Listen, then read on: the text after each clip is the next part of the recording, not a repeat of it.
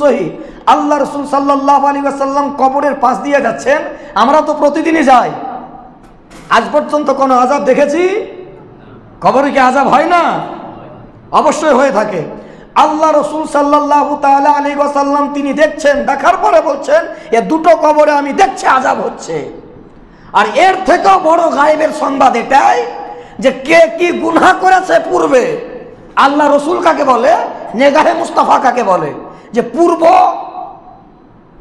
মানে পূর্ব দিক নয়, আগেও পরে সমগ্র জামানাকে বর্তমান দেখে। পিছের জামানা হোক কিংবা আগের জামানা হোক, বর্তমান দেখেন। এটা হচ্ছে নবীর চোখ, আর এর নামই হচ্ছে গায়েব।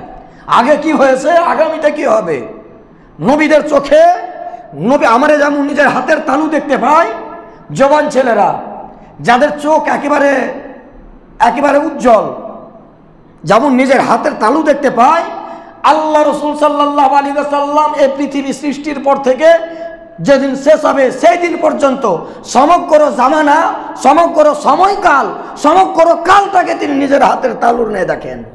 এর নাম হচ্ছে রাসূলুল্লাহ। হাদিসটা সহিহ হাদিস, ওদের নিকটে পেশ করবেন, ওরা মানতে বাধ্য। হ্যাঁ, এটা সহিহ হাদিস। जब ये हदीस सही है तुम मानते हो तो ये तस्लीम क्यों नहीं करते कि आका अलैहिस्सलाम गायब जानने वाले हैं। এটা একটা বিষয়, মশলা বের হলো। দ্বিতীয় মশলা এই হাদিসের মধ্যে আল্লাহ রাসূল সাল্লাল্লাহু আলাইহি ওয়াসাল্লাম, হ্যাঁ এখানে আরেকটা কথা বলে দিই, নামিমা বলা হয়েছে কি, একজন ব্যক্তি পেশাবের ছিটা থেকে বাঁচত না বা পর্দা করতো না। আমাদের মুসল্লিদেরকে দেখি ওরা পেশাব করার সময় এটাকে হটু বলে নাকি হাঁটু বলে, কি বলে? হাঁটু। এই হাঁটুটাকে কিন্তু খুলে দেয়। পেশাব করার সময় এটাও খোলাও চলবে না। এর পূর্বে কয়েকজন মুসল্লিকে আমি শিখিয়ে দিয়েছি, পেশাব করবেন লুঙ্গি পরে, আপনার হাঁটু কখনোই উদাম হবে না, হবেই না, আপনি করতে পারবেন না। এর নামই হচ্ছে পর্দা। অনেক নির্লজ্জ, বেহায়া, বেশরম আমি দেখেছি মুসলমান, তাকে যদি মুসলমান না বলেন তার পরের দিনই আপনি মার্ডার হবেন, এমন মুসলমান। ডাকবাংলার ময়দানে দেখছি প্রকাশ্যে পেশাব করছে, হাঁটে হাঁটে। আমি চিন্তা করলাম পানি পেল কোথায়? পানি তো নাই, তারপরে পর্দাও নাই।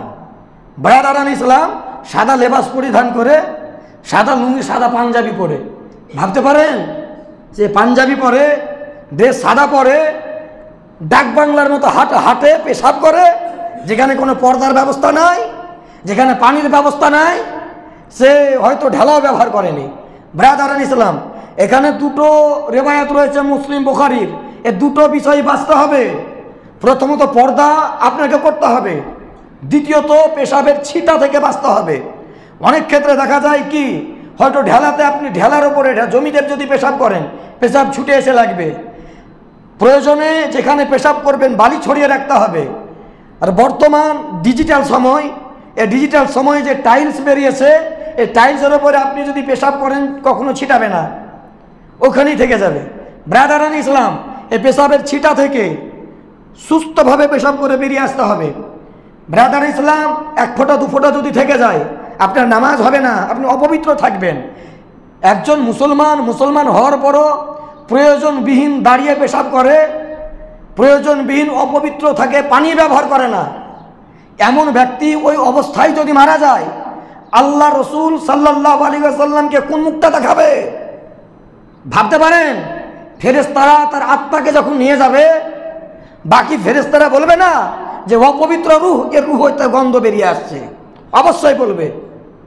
আপনি বেঁচে আছেন, সুস্থ আছেন, আল্লাহ আপনাকে সুস্থ রেখেছেন, পেশাব করে আপনি পানি ব্যবহার করবেন না কেন বলুন? অনেক ব্যক্তি বলছে এই এখনই গোসল করবো, তো তার মানে তুমি নাপাক হয়ে যাবে। যদি 1 মিনিটও সময় থাকে, হ্যাঁ, আর ওই পেশাব করার পরে তুমি যদি গোসল করার আগে পর্যন্ত মৃত্যু হয়ে যাও, তুমি নাপাক অবস্থায় মৃত্যুবরণ করবে। সুতরাং সদা সর্বদা এটা ছোট পাপ মনে করবেন না। আল্লাহ রাসূল সাল্লাল্লাহু আলাইহি ওয়াসাল্লাম তিনি কি বললেন? ওয়ামা ইউআযাবানে বিকাবিরিন, কোনো বড় আযাবের, কোনো বড় গুনাহের কারণে আযাব নয়, ছোট গুনাহের কারণে আযাব হচ্ছে। কি বললাম? ছোট গুনাহের কারণে আযাব হচ্ছে, বড় গুনাহের কারণে নয়। এটা ছোটই তো গুনাহ, আমরা ছোট মনে করি। অনেক ক্ষেত্রে পেশাব করার সময় পায়ে এসে পেশাবে ছিটা লাগে, এটাকে আমরা ছোট মনে করি, অনেকে হয়তো ক্যারি করি না। অনেক ভাই আমার মুসলিম ভাই তারা প্যান্ট পরে থাকে, তাদের প্যান্টে এসে লাগে অনুভব করতে পারে না, কিন্তু আপনাকে ফলো করতে হবে, আপনাকে দেখতে হবে। আপনি যখন স্টেশনে যাবেন, যেহেতু আমরা হিন্দুস্তানে বসবাস করছি, দাঁড়িয়ে পেশাব করার ব্যবস্থা, বসে নাই। হ্যাঁ, আপনাকে সেখানে আপনার জন্য দাঁড়িয়ে পেশাব করা জায়েজ আছে। আপনি কোনো বাস স্ট্যান্ডের শৌচালয়ে গেলেন, বসে পেশাব করার ব্যবস্থা নাই, যদি বসে পেশাব করার ব্যবস্থা থাকে কোনো টয়লেটে শৌচালয়ে সেখানে করুন, যদি না থাকে দাঁড়িয়ে পেশাব করা আপনার জন্য জায়েজ আছে ব্রাদার ইসলাম। তবে হ্যাঁ, পেশাবে ছিটে যেন না লাগে, খুব সতর্কভাবে। আর যদি কোথাও লাগে আপনি ফলো করেন, পানি নিয়ে সেই জায়গাটাকে ধুয়ে নেবেন, সেই জায়গাটাকে ধুয়ে নেবেন ব্রাদার ইসলাম। এটা একটা বিষয়। দ্বিতীয় মশলা চুগলখড়ি বলেছে, আমি গীবত বলিনি। হাদিস শরীফে এখানে এসছেন নামিমা, চুগলখড়িটা ছোট গুনাহ, গীবতটা বড় গুনাহ। মনে রাখবেন, দুটো এক নয়। চুগলখড়ি কাকে বলে? একটা সত্য কথা এর কথা ওকে লাগিয়ে দেওয়া, কথাটা কিন্তু সত্য, এটাকে বলছে চুগলখড়ি। কথাটা সত্য, এর কথা ওকে লাগিয়ে দিয়ে এর সঙ্গে ওর দুশ্মনী পয়দা করা, সৃষ্টি করা, এটাকে বলছে চুগলখড়ি। গীবত কাকে বলছে? এর ওর পরচর্চা করা, মিথ্যা অপবাদ দেওয়া। মিথ্যা অপবাদ দেয় তো আজকে, দেয় না? হ্যাঁ, অনেক অনেক। এটাকে বলছে গীবত। আর গীবত বলেছে আল গীবাত আসাদ্দু মিনাজ জিনা, জিনা অপেক্ষায় বড় গুনাহ গীবতটা। গীবত আলাদা, চুগলখড়ি আলাদা। এটা চুগলখড়ি, আরবিতে দুটো আলাদা আলাদা আরবি আছে। গীবতের আরবি গীবাতুন আছে, আর চুগলখড়ির আরবি হচ্ছে নামিমাতুন। ব্রাদারান ইসলাম, আল্লাহ রাসূল সাল্লাল্লাহু আলাইহি ওয়াসাল্লাম বলেছেন চুগলখড়ি। আমরা এর কথা ওকে লাগাই কি লাগাই না? একজন ব্যক্তি, ওর কাজ হচ্ছে এর কথা ওকে, ওর কথা ওকে ট্রান্সফার করা। ভাবতে পারেন, সে মনে করছে আমি এর কাছে ভালো হবো, ভালো হবো। আর একটা কথা সকলে জেনে রেখে দেন, যে চুগলখড়ি করে ও কারো কাছে কোনোদিন ভালো হতে পারে না, কোনোদিন হবে না। ও মনে করছে ও হয়তো ভালোবাসবে, আমাকে ভালো বলবে, যে না, ও অন্তর থেকে আপনাকে ঘৃণা করে। আর এটাই বাস্তব, আমি গ্যারেন্টি দিচ্ছি। আপনি যদি কারো কথা আমাকে এনে বলেন, আমি অন্তর থেকে আপনাকে ঘৃণা করব। আমার কথা যদি আপনি অন্য কাউকে নিয়ে গিয়ে বলেন, সে আপনাকে অন্তর থেকে ঘৃণা করবে, মানে বলবে কি লোকটা ভালো নয়, ওর কথা আমাকে এসে লাগাচ্ছে। সে যদি মানুষ হয়, আর অমানুষ হলে আলাদা ভাববে। ব্রাদারান ইসলাম, এই চুগলখড়ি কথা, চুগলখড়ি কোনো বড় গুনাহ নয়, গুনাহে সাগিরা, কিন্তু কখনো ছোট গুনাহের কারণেও বড় আযাব হয়, ছোট গুনাহের কারণে বড় আযাব হয়ে থাকে। সুতরাং ছোট গুনাহ থেকে আমাদের সকলকে বাঁচতে হবে। এখানে আর একটা মশলা, প্রথমত নবী আমার ইলমে গায়েব জানেন, প্রমাণিত হলো।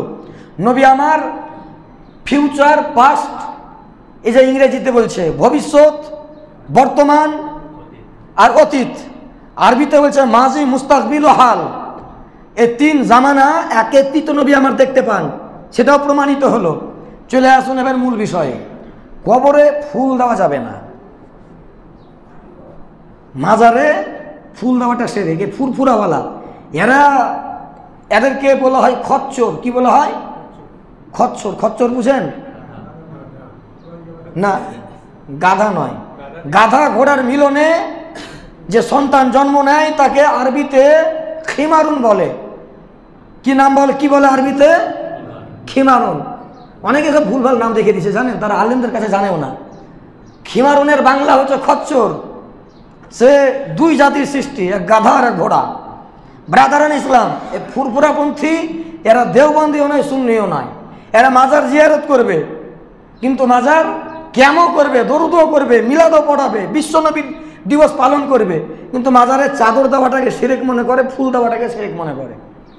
আল্লাহ রসুল সাল্লাল্লাহু আলাইহি ওয়াসাল্লাম খেজুরের ডাল দিয়ে, ওখানে ফুলের ব্যবস্থা ছিল না, খেজুরের ডাল দিয়ে প্রমাণ করে গেছেন। লাস্টে নবী আমার কি বলেছেন? হাদিসের শেষের অংশে নবী আমার বলেছেন লাআল্লাহু নবী আমার বলেছেন লাআল্লাহু আইয়ুখাফফাফা আনহুমা মা লাম ইয়াইবাসা, যতক্ষণ পর্যন্ত ওটা কাঁচা থাকবে, যতক্ষণ পর্যন্ত কাঁচা থাকবে। এবার কাঁচা ফুল হয়, আপনার দেশে খেজুরের গাছ নাই, তো আপনি কি নেবেন? যে কোনো বৃক্ষের, যে কোনো গাছের কাঁচা ডাল আপনি দিতে পারেন, সবুজ ডাল আপনি দিতে পারেন। জিজ্ঞেস করা হয়েছে কেন? এর তাফসির করতে গিয়ে আশাতুল লুমাআত এবং মিরকাত, এই কিতাবের দুইজন সারে হযরতে মোল্লা আলী কারি এবং হযরতে আরেকজন শারে আলগীর রহমান, এই দুইজন লিখেছেন যতক্ষণ পর্যন্ত কোনো বৃক্ষর শাখা কোনো ডাল কাঁচা থাকে আল্লাহর জিকির আজকার করতে পারে, আর যতক্ষণ পর্যন্ত কবরের ওপরে জিকির আজকার চলবে ততক্ষণ পর্যন্ত ওর আযাব কম হতে থাকবে, ওর আযাব কম হতে থাকবে। ব্রাদারান ইসলাম, এবার কাঁচা আপনাদের দিকে মনে করুন খেজুরের গাছ হয় না, আপনি ঘাস দিতে পারেন, ওই ঘাস যতদিন কাঁচা থাকবে কবরবাসী কবরে সওয়াব পাবে। যে কোনো বৃক্ষের ডাল দিতে পারেন, যতক্ষণ পর্যন্ত ওই ডালটি কাঁচা থাকবে সে গাছ সে ডাল আল্লাহর জিকির ও আজকার তসবিহ পড়তে থাকবে, ততক্ষণ পর্যন্ত কবরবাসী কবরে সওয়াব পাবে, কবরবাসী কবরে সওয়াব পাবে। ফুল, কেউ শুকনো ফুল কোনো মাজারে দেয়? হ্যাঁ, শুকনো ফুল মাজারে দেয় না, কাঁচা ফুল দেয়। ফুল শুকিয়ে গেলে মাজারের খাদিম তুলে ফেলে দেয়, 15 কাঁচা ফুল দেওয়া হয়। জিজ্ঞেস করবেন তাদেরকে আযাব হয়? যে শুধু আযাবের ক্ষেত্রে দেওয়া যায় না, তার সওয়াবেরও ব্যাপার আছে।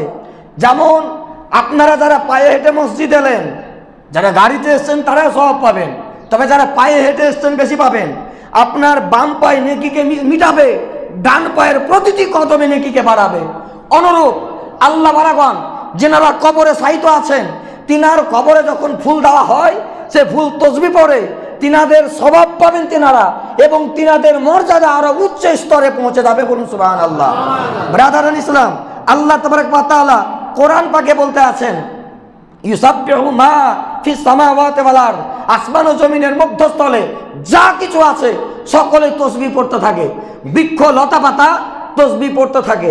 এখানে একটা কথা অবশ্যই মনে রাখবেন, কাঁচা ডাল নবী আমার বলেছেন, শুকনো ডাল নয়। প্রশ্ন, শুকনো ডাল তসবিহ পড়ে কি পড়ে না?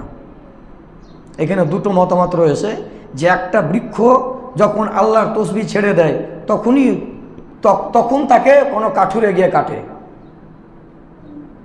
একটা বৃক্ষ যতদিন পর্যন্ত আল্লাহ জিকির আজকারে মশগুল থাকে ততদিন পর্যন্ত ঝড়েও ভাঙে না, আর কোনো ব্যক্তি গিয়েও কাটে না। কোনো গাছ যখন কাটা পড়ে মনে করবেন এই আল্লাহর তসবিহ পড়া ছেড়ে দিয়েছে। ব্রাদারান ইসলাম, তবে অন্য এক হাদিসে এসছে শুকনো ডালও আল্লাহর জিকির আজকার করে বা পড়ে। তা আল্লাহ রসুল শুকনো ডাল দিলেন না কেন? কাঁচা ডালের জিকির করেছেন, কাঁচা ডাল দিলেন কেন? এখানে একটা বিষয় রয়েছে। এক, আশিকে রসুল আর দুশ্মনে রসুল দুইজনেই সূরা ফাতিহা পড়ছে, দুইজনার সব এক হবে না আলাদা হবে? হ্যাঁ, দুশ্মনে রসুল সে যদি পুরো কোরআনও পড়ে নেয়, আশিকে রসুল সে যদি মাত্র একটা ছোট্ট সূরা পড়ে, আপনি জেনে রেখে দেন সব পাবে, ওর কিছুই নাই। অনুরূপ ব্রাদারান ইসলাম, একটা কাঁচা ডালের তসবির স্বভাব কবরবাসী পাবে, কিন্তু শুকনো ডালের স্বভাব কবরবাসী পাবে না। এই হাদিস দ্বারা এটাই প্রমাণিত হয়। অনুরূপ ব্রাদারান ইসলাম, আপনার বাড়িতে কোরআন খানি করবেন, আপনি কারো পিছে নামাজ পড়বেন, আপনার বাড়িতে মিলাদ করাবেন, আপনার বাপ মায়ের দোয়া করাবেন, বাপ মায়ের জানাজা পড়াবেন, সে যেন কাঁচা ডাল হয়। মনে রাখবেন কি বললাম?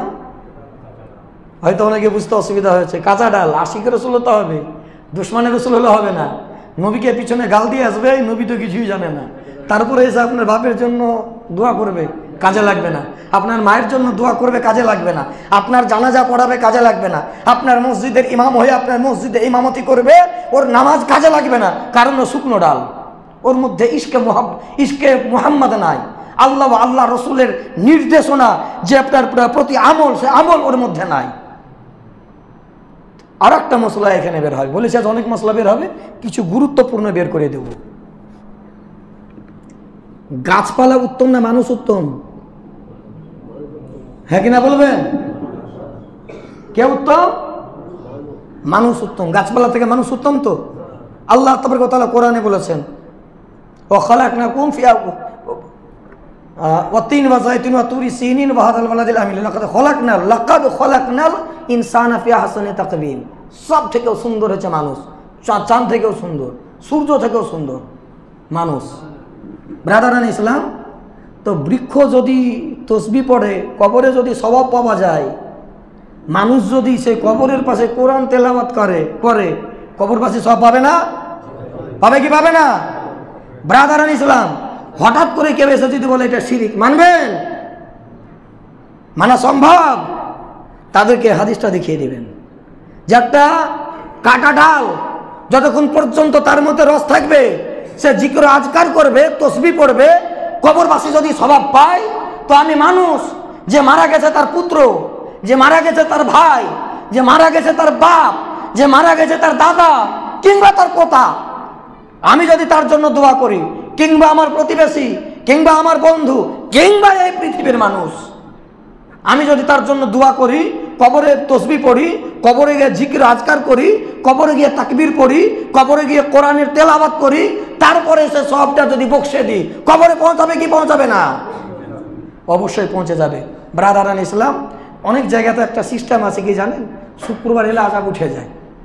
তো মনে করুন কেউ সোমবারের দিন মারা গেছে, তো ইউপি গেলে আপনি দেখতে পাবেন, তো ওরা সোমবার থেকে কিন্তু হাফিজ বসিয়ে দেয়, 8-10টা হাফিজ। যতক্ষণ পর্যন্ত শুক্রবারের রাত না আসবে তোমরা কোরআন তেলাওয়াত করতে থাকো, পালি পালি করে কিন্তু করতে থাকে। এ একজন পড়লো, এ ছাড়লো, আরেকজন ধরলো, ও ছাড়লো, ও আরেকজন ধরলো, এভাবে চালিয়ে যায়।